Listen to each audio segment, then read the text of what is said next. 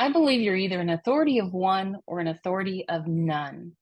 No one will ever know you as well as you know yourself. No one will ever know about all the moments in your life that got you to this point in time.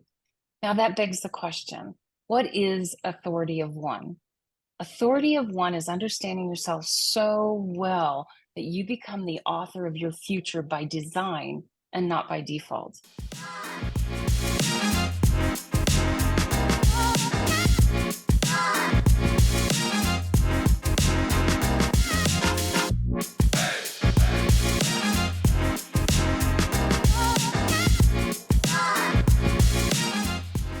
My name is Candace Fitzpatrick, founder of Core Clarity, and I came to this realization in 2003 when I first took the StrengthsFinder assessment and was challenged to figure out how to teach all the more than 33 million sets of results. I created a proprietary framework that divides the assessment's 34 talents into 4 different quadrants. Then I noticed that people with the same mix of quadrants showed distinct patterns, and I came up with a concept we call the core drill, which is determined by where your top 5 core talents fall in those core clarity quadrants. You may not know about your talents at this point, and you probably don't know about your core drill either. And you may not know some of the other terms that we are going to use today, but you can click on the links in the description of this program to get up to speed. A lot has changed since 2003, including the assessment name, which is now CliftonStrengths in honor of its creator, Don Clifton. What hasn't changed is that once people know their top 5 talents and their corresponding core drill, it's like flipping a switch from default mode to design mode. Joining me today are Michele Metzler and Neeki Bey, 2 of our Core Clarity facilitators. That's right, Candace. We're bringing you people who have had massive success designing their futures intentionally. And our focus today is going to be on the core drill we call Bridgineer, where a person has talents in the blue connect and green reflect quadrants. One of the things that I love about Core Clarity core drills is the unique insights that help each one of us describe who we are at our core. The core drills are the circles that you see in our backgrounds right now. I'm a trailblazer with talents in the green and orange quadrants. Candace, the founder, is a thought rocket. And I'm going to kick it now to my colleague, Michele, who is a super driver and who is going to talk a little bit about our guest today, who is a Bridgineer. Thank you, Neeki. Thank you, Candace. Today's guest is an American beach volleyball player whose accomplishments span the college, professional, and Olympic ranks. She was inducted into the UCLA Hall of Fame in 2015. While at UCLA, she was named the Pac-10 Freshman of the Year and Player of the Year, helping lead her indoor team to a national title in her first season. She won the silver medal with her partner at the 1999 Beach Volleyball World Championships.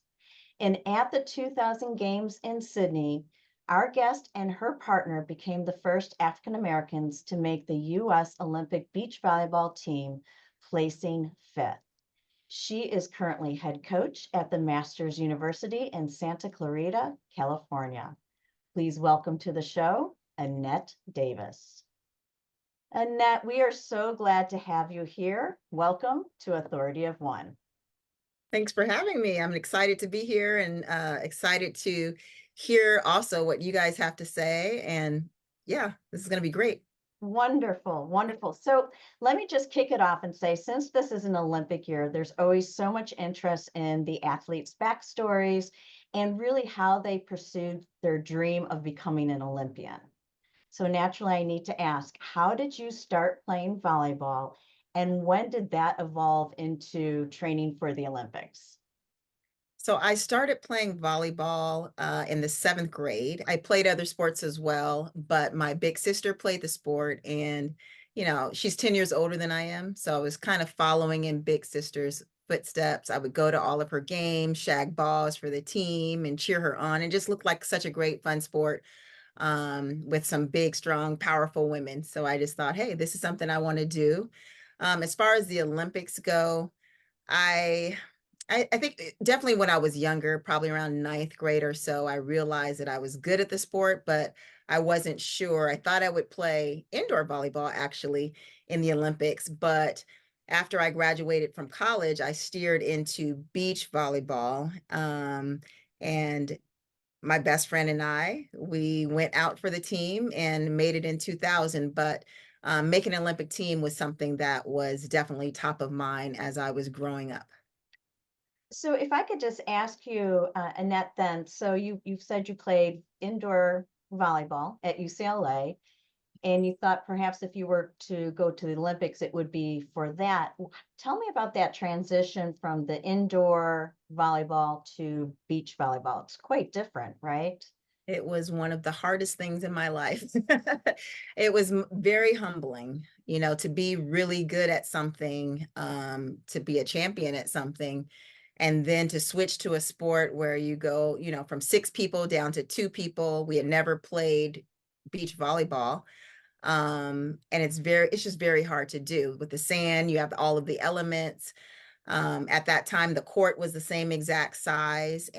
But I typically like to do hard things. I felt like I was at a stage where, you know, I could have went the indoor route and tried the Olympics that way. But it was just something about the beach, I think, that was calling me. And to be able to do that with my best friend, Jenny, I think that journey and that hard road, I think, you know, was very special. That's really cool. When did you get introduced to CliftonStrengths and Core Clarity? Um, it was about, I think it was in around 2020-ish, somewhere around there. And Allison Buchanan was helping our team out, and our volleyball team at Masters University. And she just said, "Hey, I have something that might be interesting to you and your team, and maybe a way to help them out." And I was like, "Sure, anything to help." For us to get to learn each other and learn more about ourselves. So yeah, that's when I was introduced. Yeah, so it sounds like it resonated with you. I wonder, Candace can jump on this, but I have learner talent. It looks like you have learner talent as well as your number four, and I'm pretty much interested in most things, and maybe not science, some science stuff, but how did the learner talent show up for you? It sounds like you were curious to dig in and learn about beach volleyball, curious to dig in and learn about CliftonStrengths. How does that talent show up for you, the learner talent? Yeah, I definitely think that I think a lot of people are surprised because, you know, as an Olympian, they would think, oh, she thinks she knows it all. You know, you've gone through so much, and I was a professional for a very long time. But even as a coach today, I still feel like there's so much to learn. You know, as an athlete, even when I was at the top of my game, I always believed that I could always learn more. You know, I'm not perfect. If people want to tell me, give me some insight, I'm welcome. I welcome it. I love to hear it. And then for my team today, you know, even though I've done so much, I know I'm not the smartest person. So always trying to learn from other people that are smarter than me and bring it in and those things to my team. Yeah, I just, you know, try to keep it humble and try to keep building up, you know, my own knowledge for the game and love for the game, and hopefully share that with the people around me. So anything on here resonate with you that you want to call out? I think, you know, the one that jumps out to me is typically exude an aura of calmness and serenity. That one jumps out to me. I am usually like this, very calm, even when I'm coaching. And sometimes, you know, sometimes my team wants more out of me, like, can you show a little more, can you be upset with us even? You know, but I'm calm because I don't feel the need to go you know, have big highs and big lows. I just, you know, want the information to be told and learned, and for you to get it and to perform it. You know, we don't need all of the rest. So I think that sticks out to me, definitely. I think knowledge and approachable, often sought out for their sage advice. I think there's definitely times where I feel like, even when I was young, I think I was the one where that people would come to. I think, you know, people would use the the words, you're wise beyond your years and that kind of thing. Even though I'm the youngest sibling, I think my older siblings, people would think I was older than I am a lot of times. And maybe it's the calmness, and maybe it's the learner, but those are a couple of things that stand out. Friends and family members that would often ask, for advice. Can you share how that aura of calmness and serenity paired with your partner, with Jenny? Yeah. So Jenny, we are complete opposites. We have so many things in common, but so opposite as far as, I'm the calm one and she's the fired up, excited one that would, scream and and she was telling my team the other day, if I slap her hand really hard, like a high five or a low five, that to her just showed how happy I was. That was about the most excitement that she would get out of me. But I think, in times where we might have need a little calm, that probably was helpful, that I wasn't going to, blow my top if something went wrong in a situation. But in times where we needed to get fired up, for, having her there was, absolutely needed. And that got me excited to push harder and try to win. So I think we definitely balanced each other out. Yeah, it definitely sounds that way. One of the talents that you have that I'm always really curious about is the consistency talent. And I find it shows up for people in interesting ways, often kind of dependent on their background. As it's so much so, I remember one guy that was helping to facilitate in a workshop wasn't really aware of the talent, and then I said, "Did you look at your shirt?" And he had a shirt that said "Celebrate Juneteenth" or something like that. Meaning, like he wanted to elevate. He thought that it was in the spirit of fairness and equality to celebrate this holiday that was so significant to his people. And I'm curious how the consistency talent has shown up for you. Foster environments where rules and expectations are clear, concise, and applied to all. So for me, no matter if you are, an All-American on my team, or if you, are coming off the bench on the team, everything is fair. We all have the same rules, the same expectations, and every single year it's a clear slate. And I think that's fair for me. Just because you were something the year before doesn't mean you automatically deserve that thing again. Every time it needs to be earned.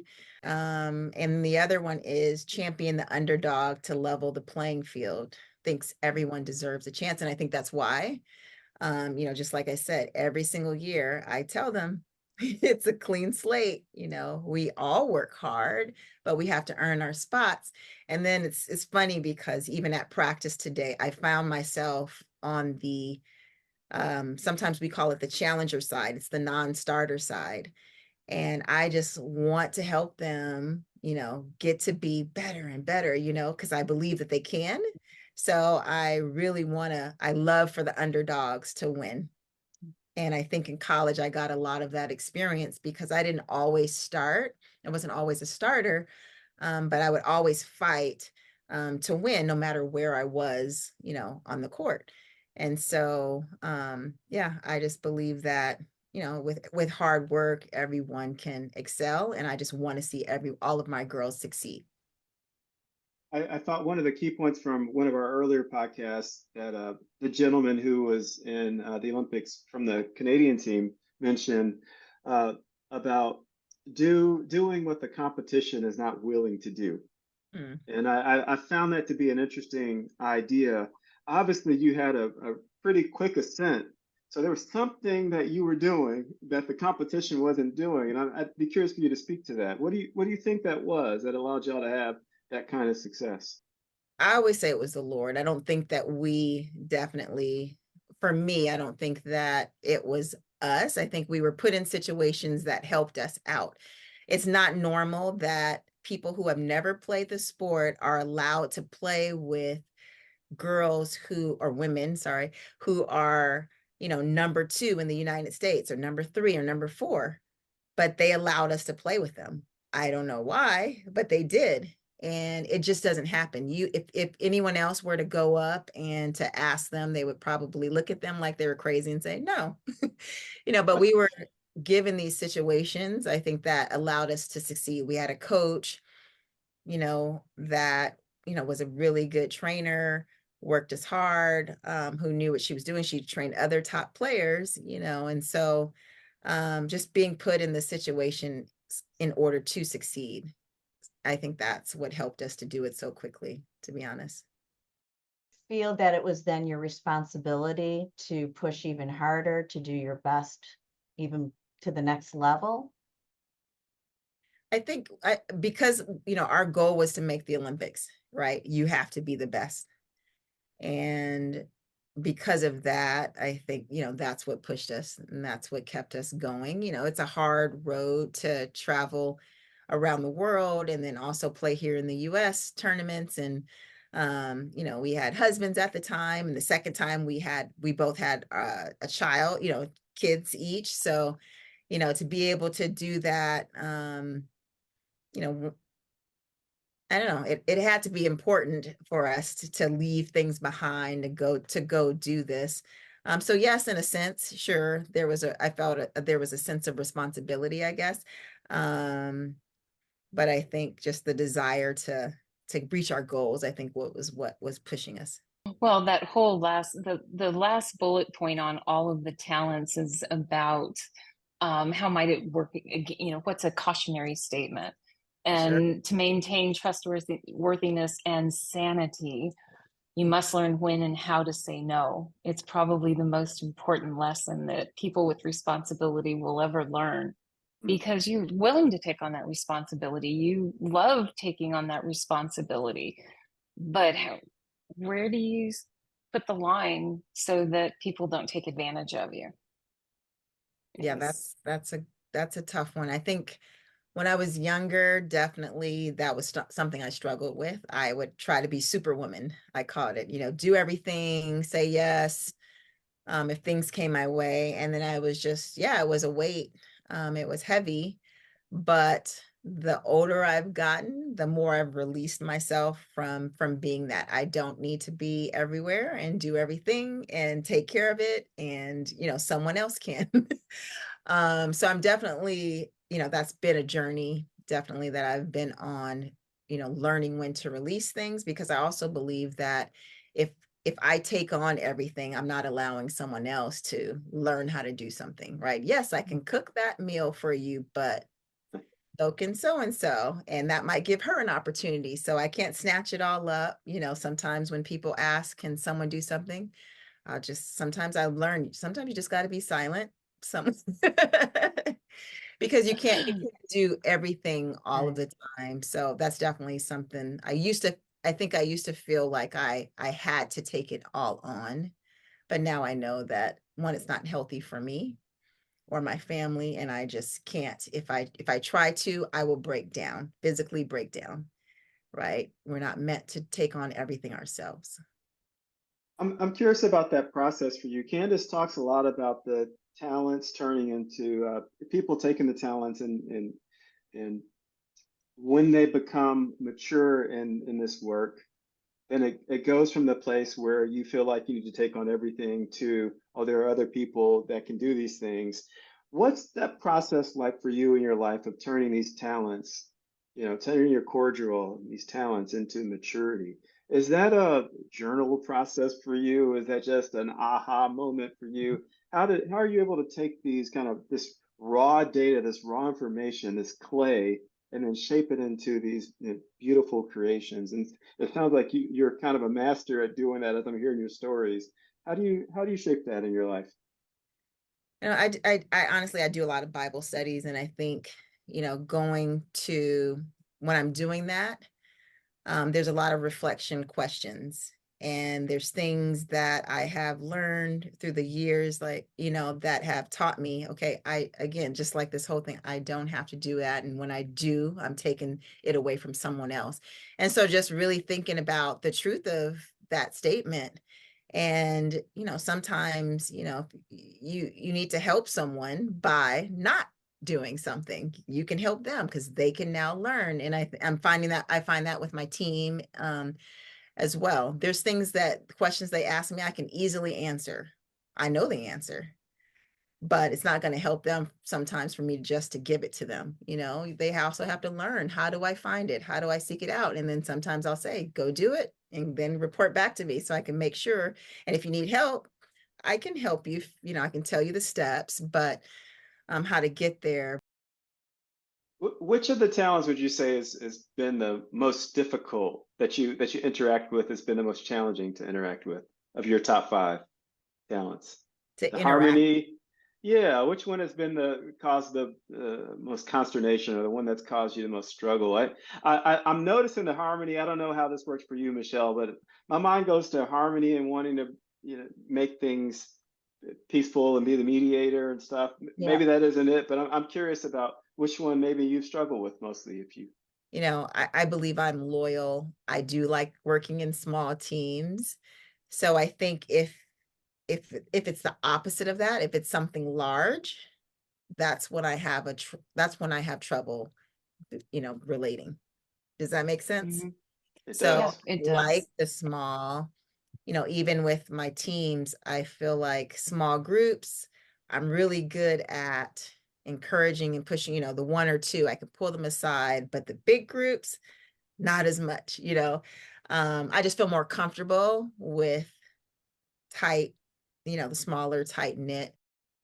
Because with a lot of our conversation today, and knowing that you're a Bridgeneer, and you talked a lot about that, you promote that calmness and that stability. For me, looking at you, that jumps out and says, oh my gosh, that is Annett. I'm curious if it does the same for you, or if there's another statement there that you resonate with a little bit more. Yeah, definitely. I mean, the promote calmness and emotional stability. Yes. And then actively engage individuals to reduce conflict and friction, behind the scenes peacemaker. And it's funny, before this, I've always called myself a peacemaker. Yeah. I've always wanted to, I just don't like strife. And I always feel like there's a solution.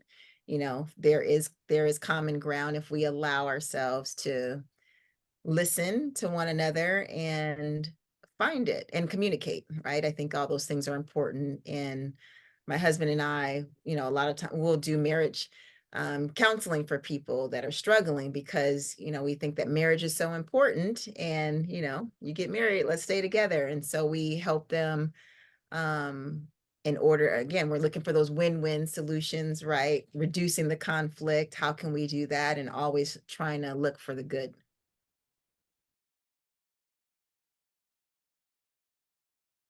So my question is, what's one of your favorite books?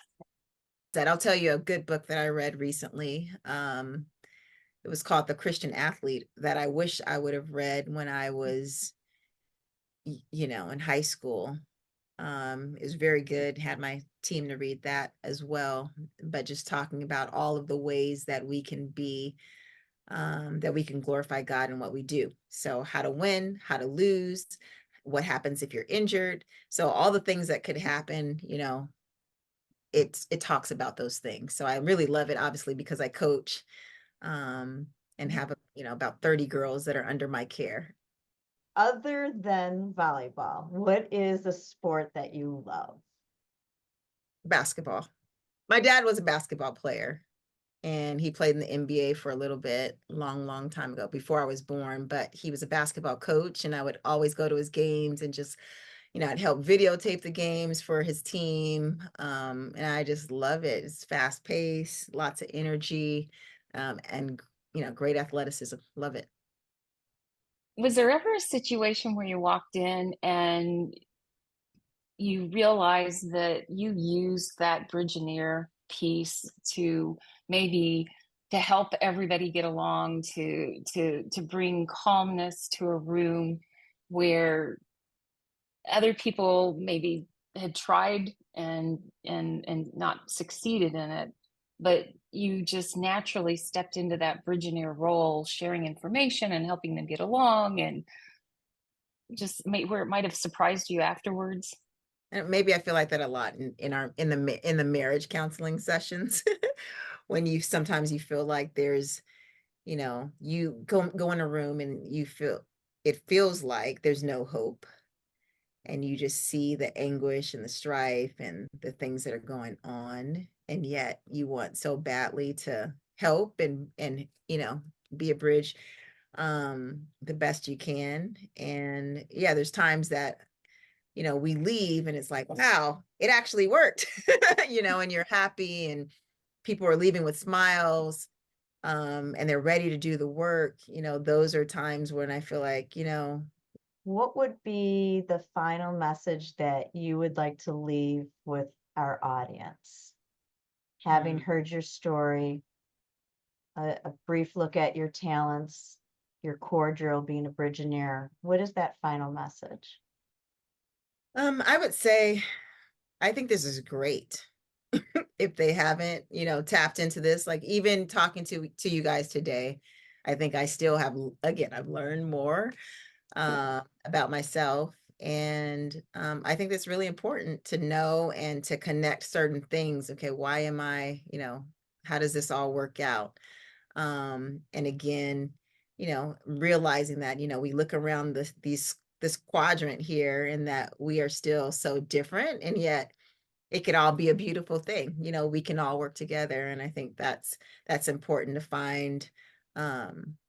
Finding that common ground is important, but knowing who you are, and it's cool too. I think we've used this with other coaches that have worked with me as well, who have, done this. Like, oh, she's that. It makes sense. I think it's really cool. And with our kids, oh, that's why.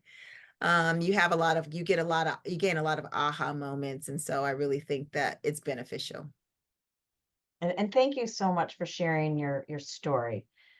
Really, it's just been such a pleasure just to hear about your journey. And I know we've really only scratched the surface. For our listeners, for our audience, should you want to learn more about Annett, we'll share a link below about her history and what she's currently up to these days. And please hit the like button and comment below with what resonated with you today from our conversation with our guest. To help unlock the mystery of your history, click that link. And that is Authority of One, shattering the myths that other people tell us about ourselves so that we can clearly see ourselves for who we truly are.